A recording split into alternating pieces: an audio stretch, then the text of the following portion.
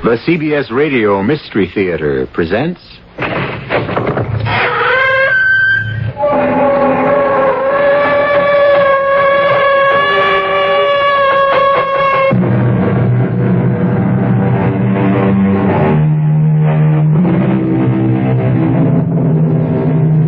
Come in.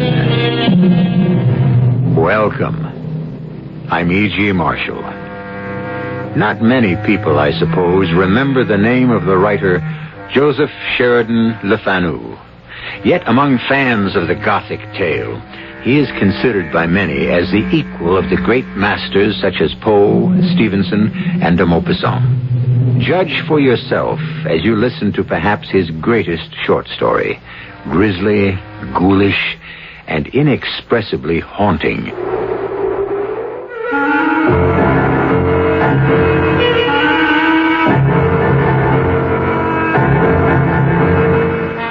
Our mystery drama, Till Death Do Us Join, was written especially for the Mystery Theater by Ian Martin and stars Don Scardino and Roberta Maxwell.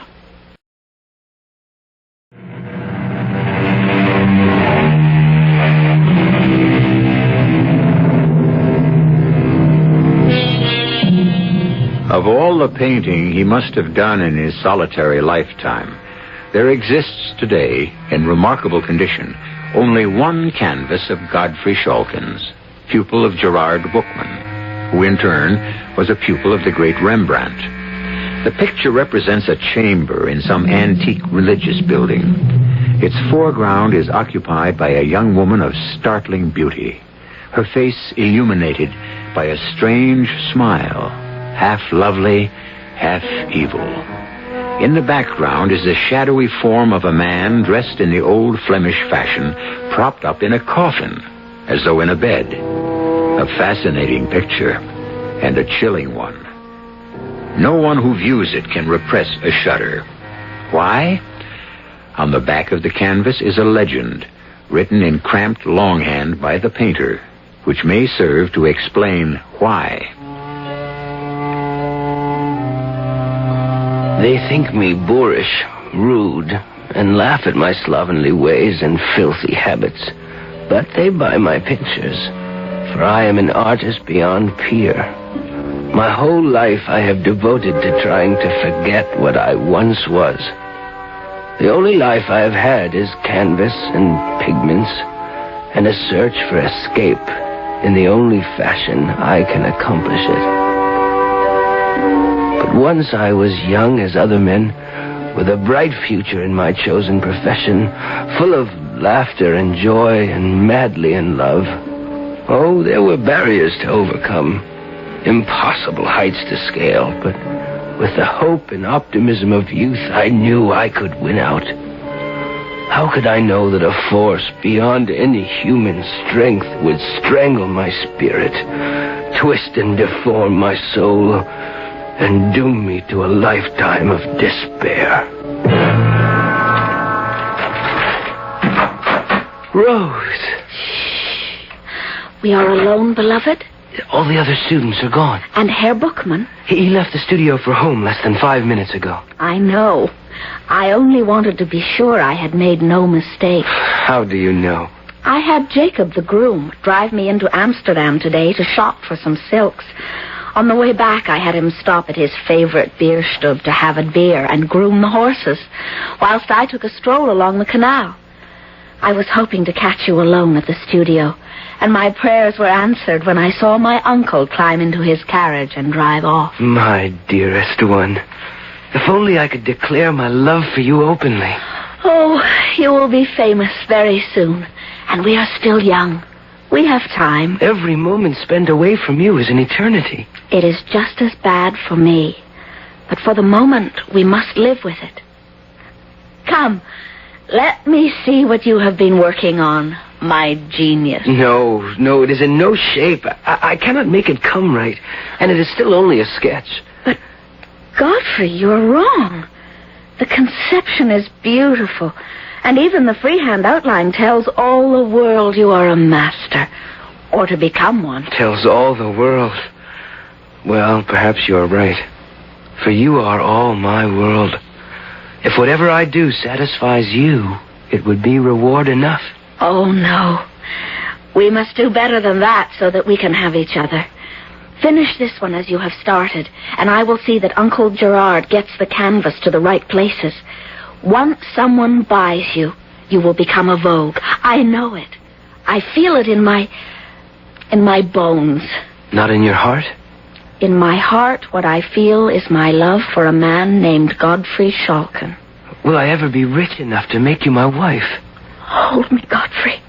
Hold me very tight. Rose. Rose. I want to believe. Help me to. In every way I can. Oh. But what happened? I don't know. A sudden chill, as if... The time. I must go. I would do nothing to set Menea Bookman against us. Why can't I just go to him? No, I beg you.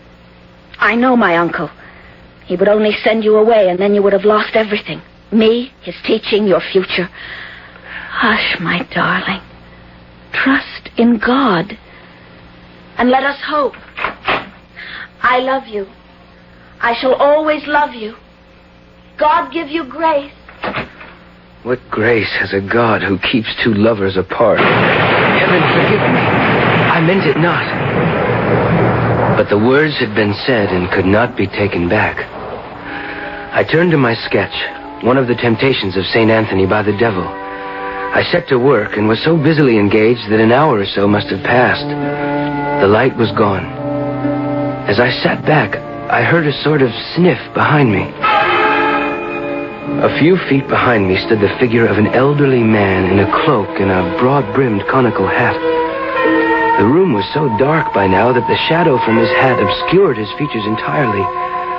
But I was impressed, awed at the perfect stone-like stillness of the figure. I'm sorry, I didn't hear you come in. This is the studio of Gerard Bookman. It is. Will you sit, Mynheer? No. I wish to talk to him. He has returned to his home some hours past. If you would wish to seek him there... No. Will you see him before tomorrow evening? Oh, yes, sir. I am one of his pupils, and he will be here by late morning to commence his classes. Are you to be trusted with a message? I hope so. Fail to deliver it at your peril. Tell Gerard Bookman that Meneer van der Hausen of Rotterdam wishes to speak to him here tomorrow evening at exactly 7 in this room on matters of weight. He turned abruptly and with a quick but utterly silent step quit the room. Some strange premonition drew me to the window through which I could see the exit door to the street bordering the canal. I waited in vain for him to appear. The darkness was now gathering in earnest. Leaving the studio and locking the door, I half expected to find him lurking in the halls below. But he had vanished as mysteriously and completely as he had first appeared. Nor was the mysterious stranger further identified when I reported him to Mynheer Bookman the following noon. Van der Hausen? Van der Hausen. No, his name means nothing to me. From Rotterdam, you say? He said. Yes. Well, we shall wait for the appointed hour, and in the meanwhile, to work. I have looked at your sketches on the temptation of St. Anthony. The line, the chiaroscuro, the coloration are acceptable, well done and conceived. But the expressions, it's as if St. Anthony were the devil and the devil the saint. What is your conception? Why? Your Honor, I cannot answer. I do not know. Well, the other pupils are arriving, and let's see if your conception can improve during class studies.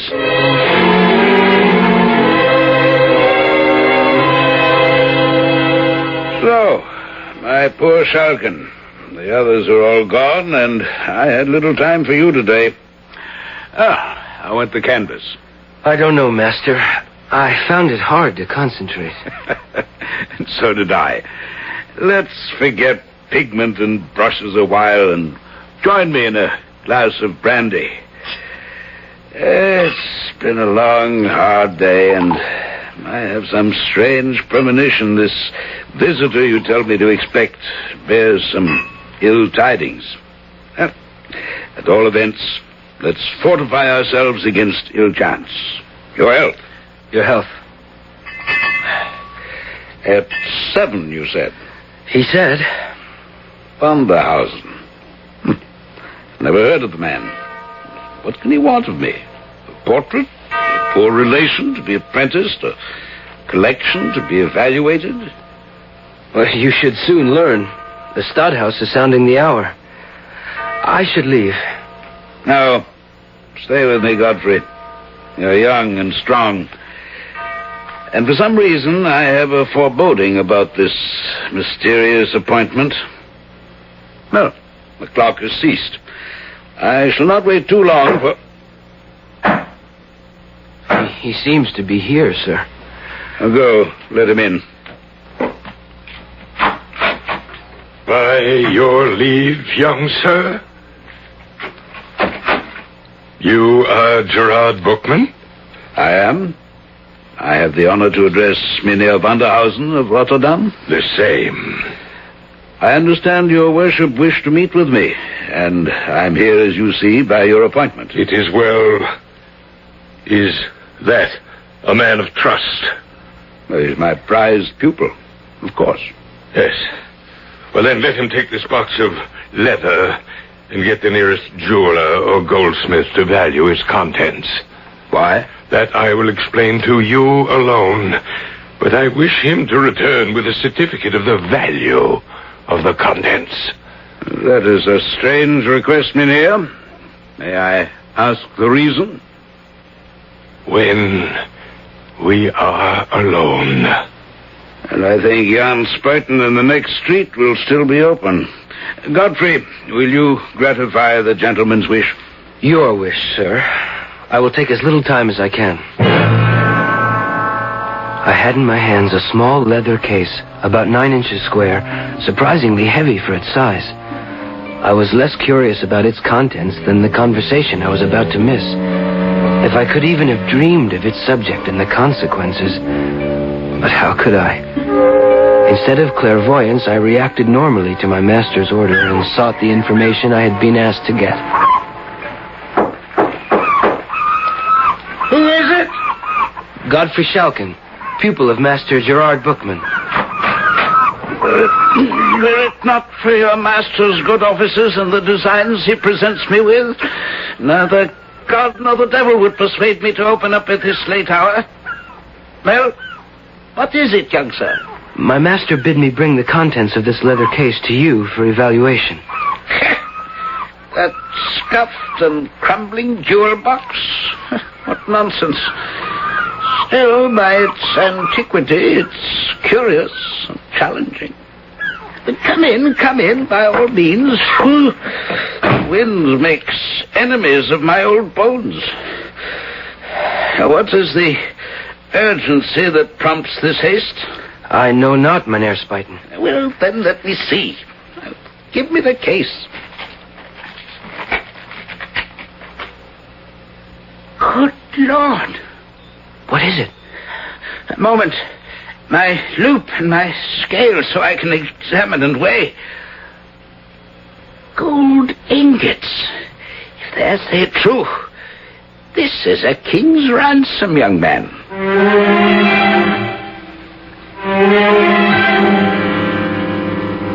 If Godfrey Schalken had only known, or guessed, he might have been tempted to seize the fortune in gold ingots and bury it in Amsterdam's deepest canal. For the contents of that scuffed, scraped case, soiled with age, were to turn his life about and transform him from a young, carefree man to the bitter, hating wretch who painted with the flair of the gods. I'll be back shortly with Act 2.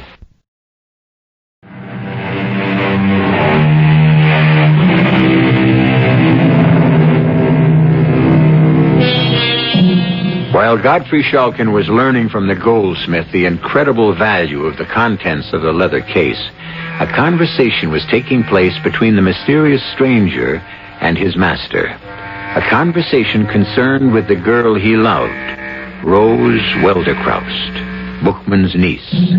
A conversation that established those golden ingots not as a king's ransom, but a queen's. Herr Bookman, I will be free with you.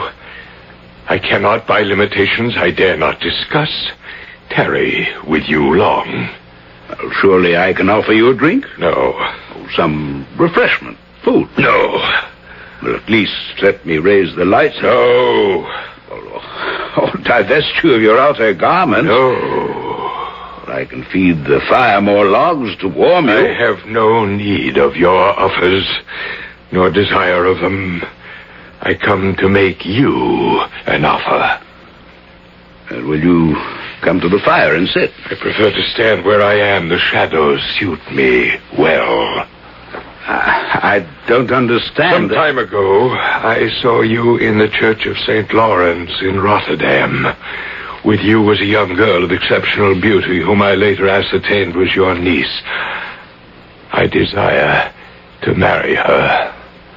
Without meeting her, conversing with her, just from one glimpse? That was enough to convince me she was the woman I desire to share my future with. But Rose... If I can satisfy you that I am wealthier than any husband you could ever dream for her, I expect that you, Herr Bookman, will forward my suit with your authority, and I must add that if you are to approve my proposal, it must be here and now, for I can brook no delays. You're extremely arbitrary, Mynheer. I am constrained to be. I offer no apology. I did not ask for one. You might reasonably have. My circumstances are such that I have none to offer. Well, you must be aware that my niece has a will of her own, and may not acquiesce in what we may design for her advantage. The young man I sent out with a packet will return shortly. That will prove the evidence of my wealth and security for your niece's life. I promise you it will be 10 times the fortune she could expect. All of it in the interest that accrues shall be hers as long as she lives. Can I be more liberal? Well, if what you tell me is true, of course not. As to my respectability, you must take that for granted, at least for the present. I buy my name and reputation with what you're about to discover about me. My wealth. You must give me a moment to think. I remind you again, my time is limited. I will not pledge myself unnecessarily. But you will if it is necessary, and I consider it so. A testy old gentleman determined to have his own way, eh? Why, those were the very words that you were thinking, I know. You also thought to yourself, all things considered, I'm not justified in declining the offer if the gold involved is satisfactory. Am I correct? You read my mind correctly. Please forgive the intrusion and my abruptness. But we are both men of sense as well as sensibility. Your niece is penniless. I shall make her as rich or richer than a queen. When your young man returns with a valuation, if you don't wish the proposal withdrawn, you must immediately sign this engagement. Enter. Master, I have brought Mynheer Spuyten's valuation of the contents of the case. Give them to Mynheer Vanderhausen. Oh, no. Give them to Mynheer Bookman. Yes, sir. Here they are, Master. Gold ingots? Their value. I can't believe it. Neither could Jan Spuyten or myself.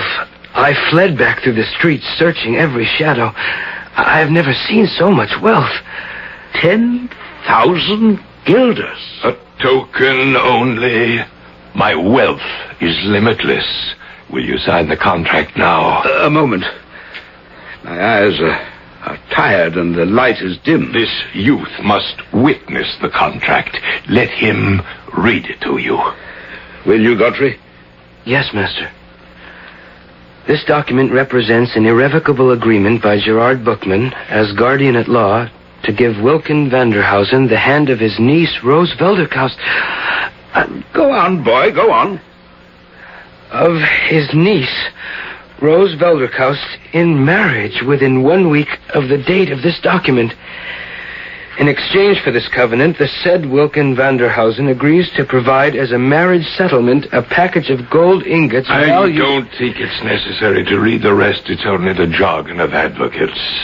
Mynheer Bookman, I have not tried in any way to stint in my offer. Now, are you, for your niece's sake as well as for your own, content?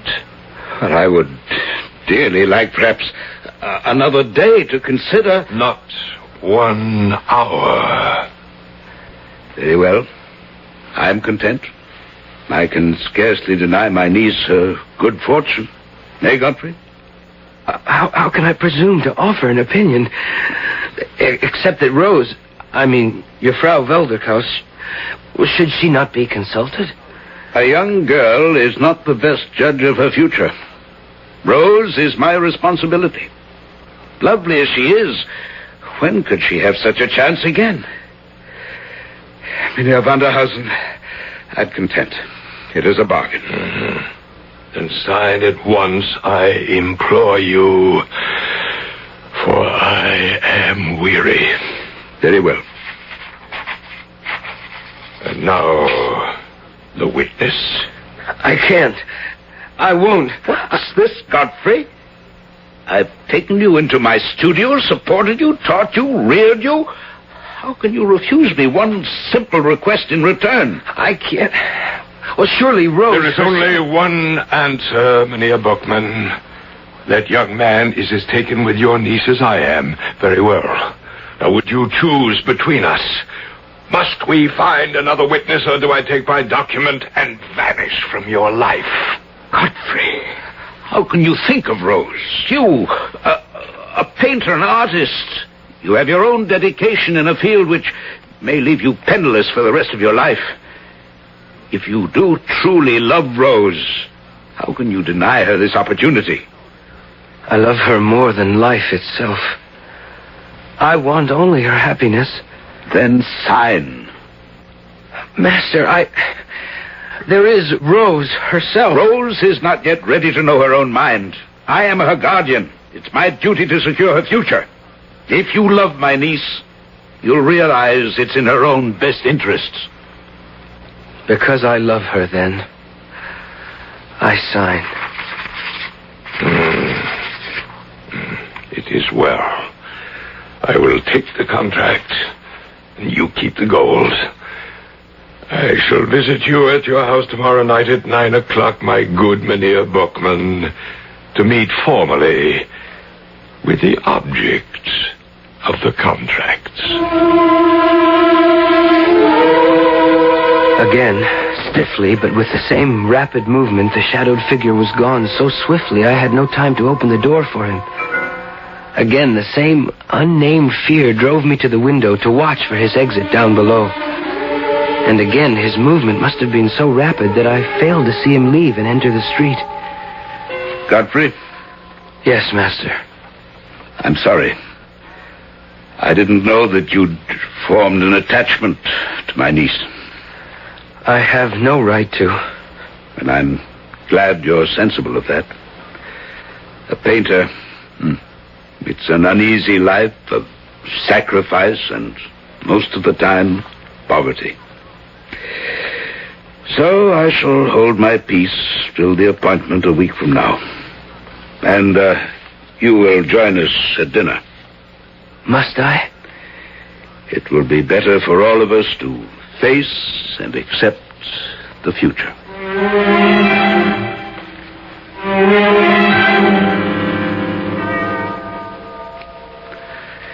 It's striking 9, Rose.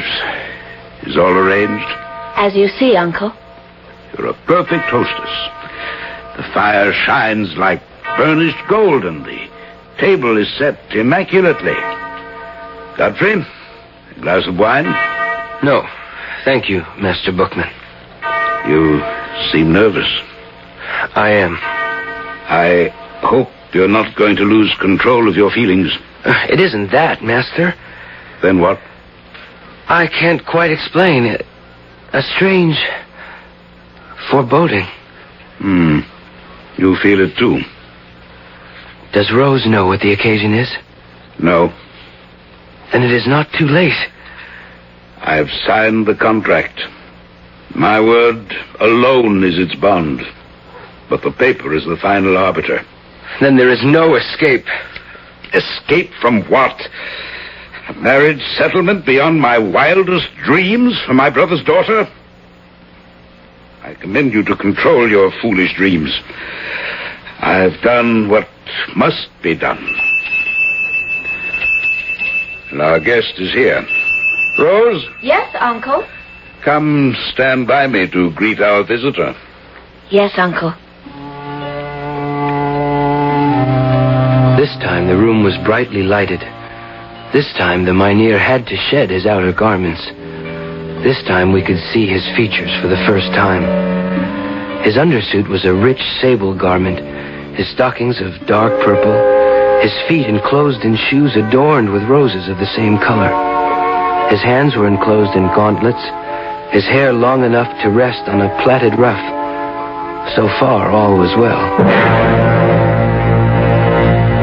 But the face was a bluish, leaden hue, such as metallic medicine sometimes produce.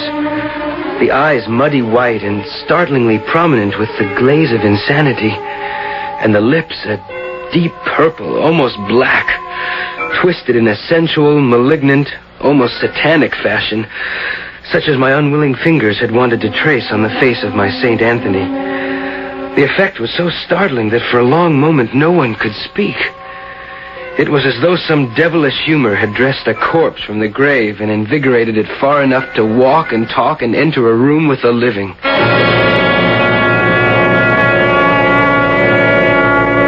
One must admit, of course, that Shulkin could scarcely see his rival, or to be more truthful, the man who had stolen his beloved from him, in the best light.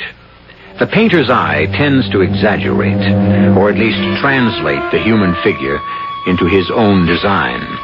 And jealousy is a poor measure for judgment. When we return shortly with Act 3, we will be able to make our own assessment of this strange and devious story.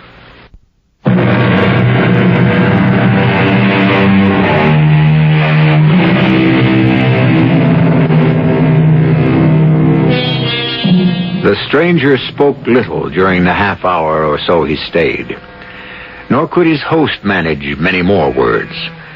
Such, indeed, was the nervous terror that Vanderhausen inspired, that it was an effort not to fly in panic from the room. Something undescribably odd was about him. His movements, as if directed by a spirit unused to managing the machinery of the body. And two things were remarked by all: the fact that his eyelids never closed, and that his chest was motionless, unstirred by the process of respiration.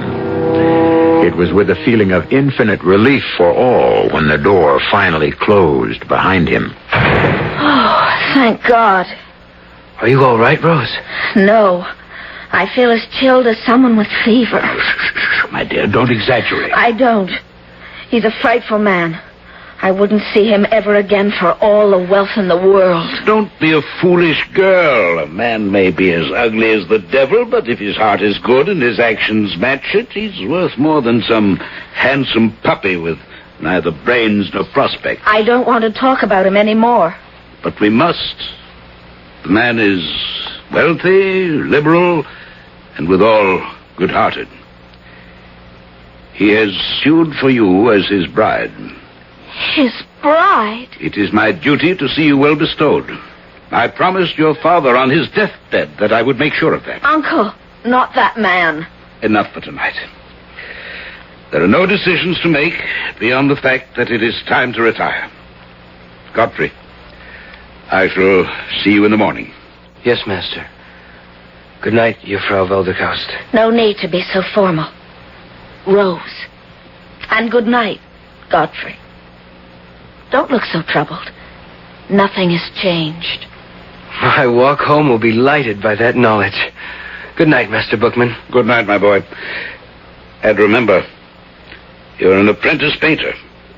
That is your first and most important loyalty. I am acutely aware of where I stand, Herr Bookman. Good night.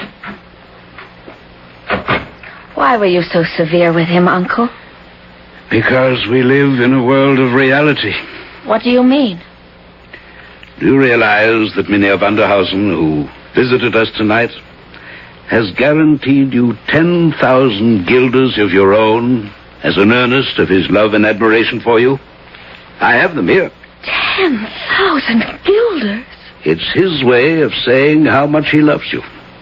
Love, for all its charms, is not the most important thing in the world.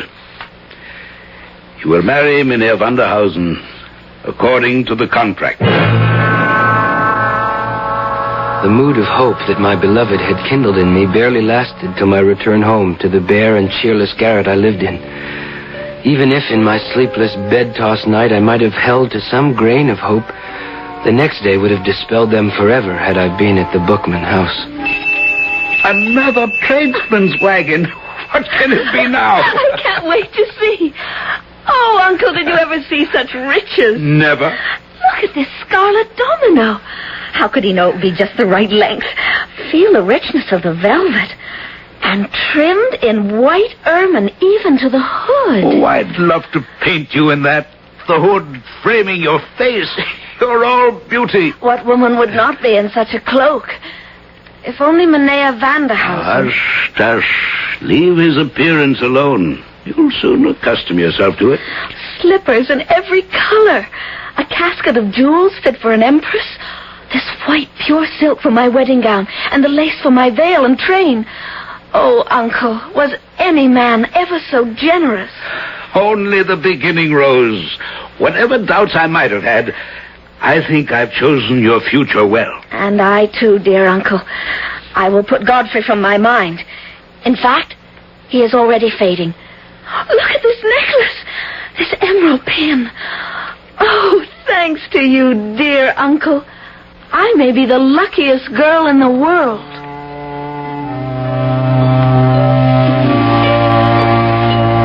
And so, 1 week later, I had to swallow my pride and watch my repulsive rival carry off my beloved Rose in solemn pomp in a carriage and four out of my life to Rotterdam. But I was mistaken. Rose Welderkaust, now Rose Vanderhausen, was not out of my life yet. And I brought you home, my boy, to sup with me because I'm worried. And I've no one else to turn to. You may always count on me, Master. In all things, I know. In particular, this one. Contrary to all promises freely exchanged, it's 4 months since I've heard of my niece. Not one word. I'm too old to travel. Will you then be my emissary and take this letter to the Boomkey to inquire after my niece? If you desire me to. I do. You shall stay the night and take the coach for Rotterdam on the morn. I will issue you such funds as you need, and I pray you return post-haste with what word of comfort you can bring me. I will waste no time. I promise you.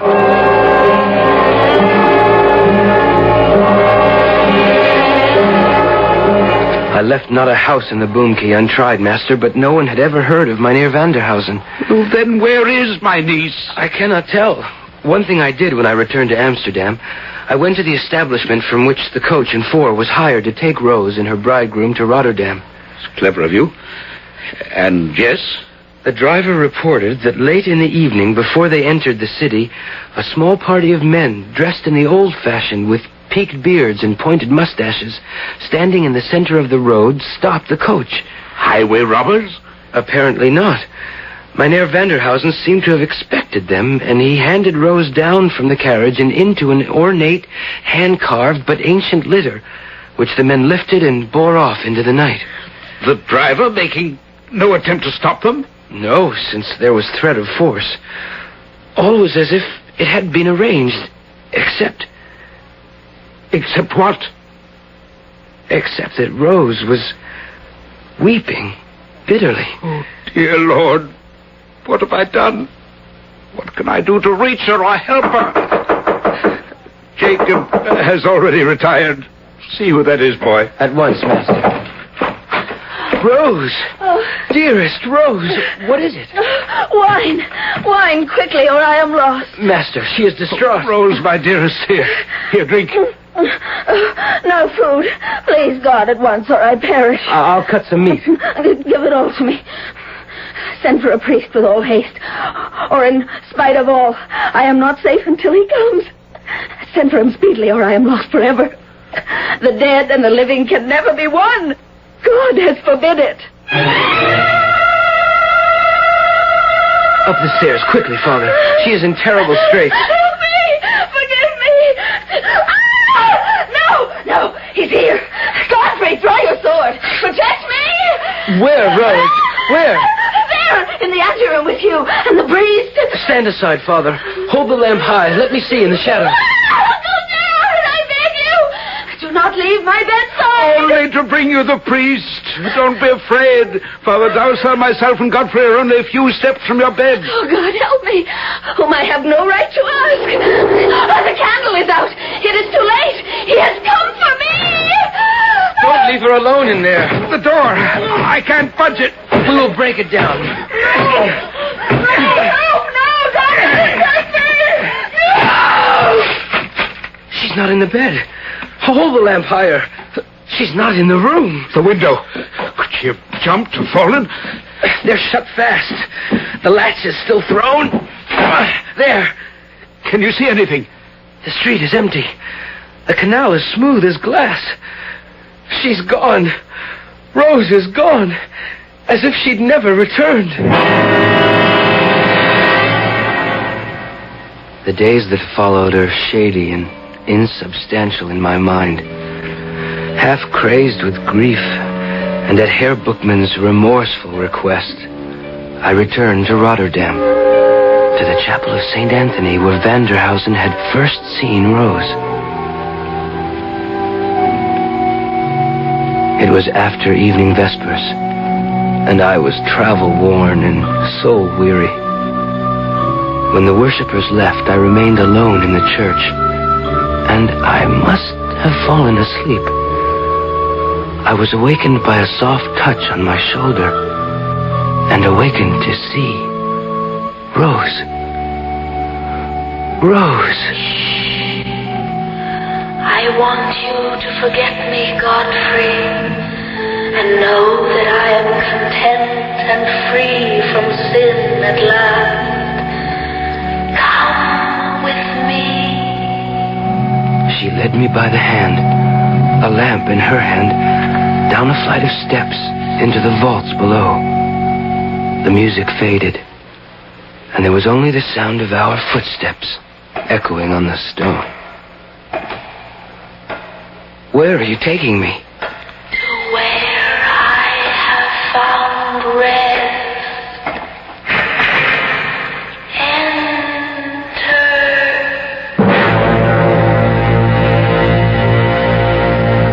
The room was a bedroom, richly furnished.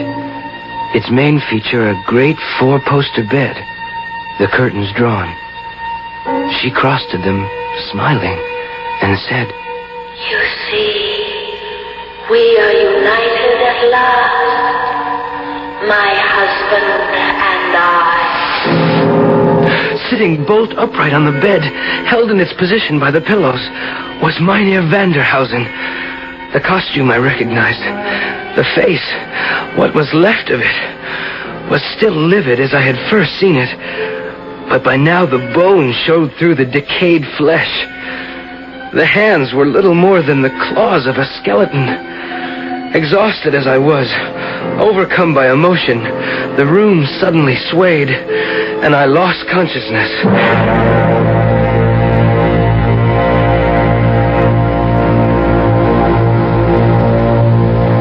I was found the following morning by the sexton. The room in which I lay was the same, except that all the furnishings were gone, save one. In the place of the four-poster bed was nothing but a large and ornate coffin.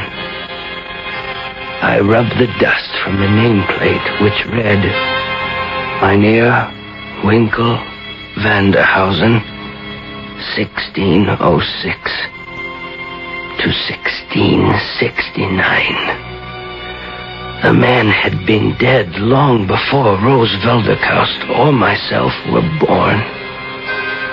Her uncle and I allowed her to marry herself to a corpse.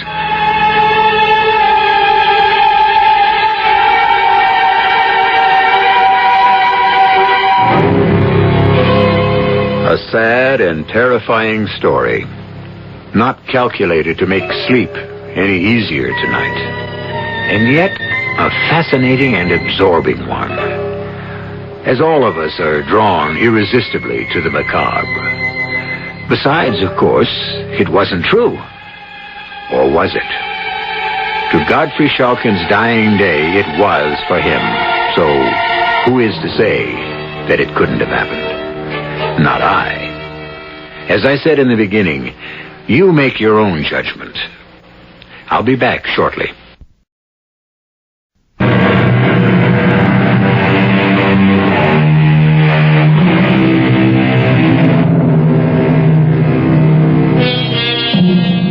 Schalken became a kind of living corpse who lived only through his paintings. But in spite of his success, he was recluse enough to insist on mixing his own pigments, which, alas, were not stable enough to stand the wear of time. So only the one canvas I mentioned remains. They say because he used his own blood to dilute the pigment. I don't know. There's no proof. It's just a part of the legend. Our cast included Don Scardino, Roberta Maxwell, Guy Sorel, and Arnold Moss. The entire production was under the direction of Hyman Brown. This is E.G. Marshall inviting you to return to our Mystery Theater for another adventure in the macabre. Until next time, pleasant dreams.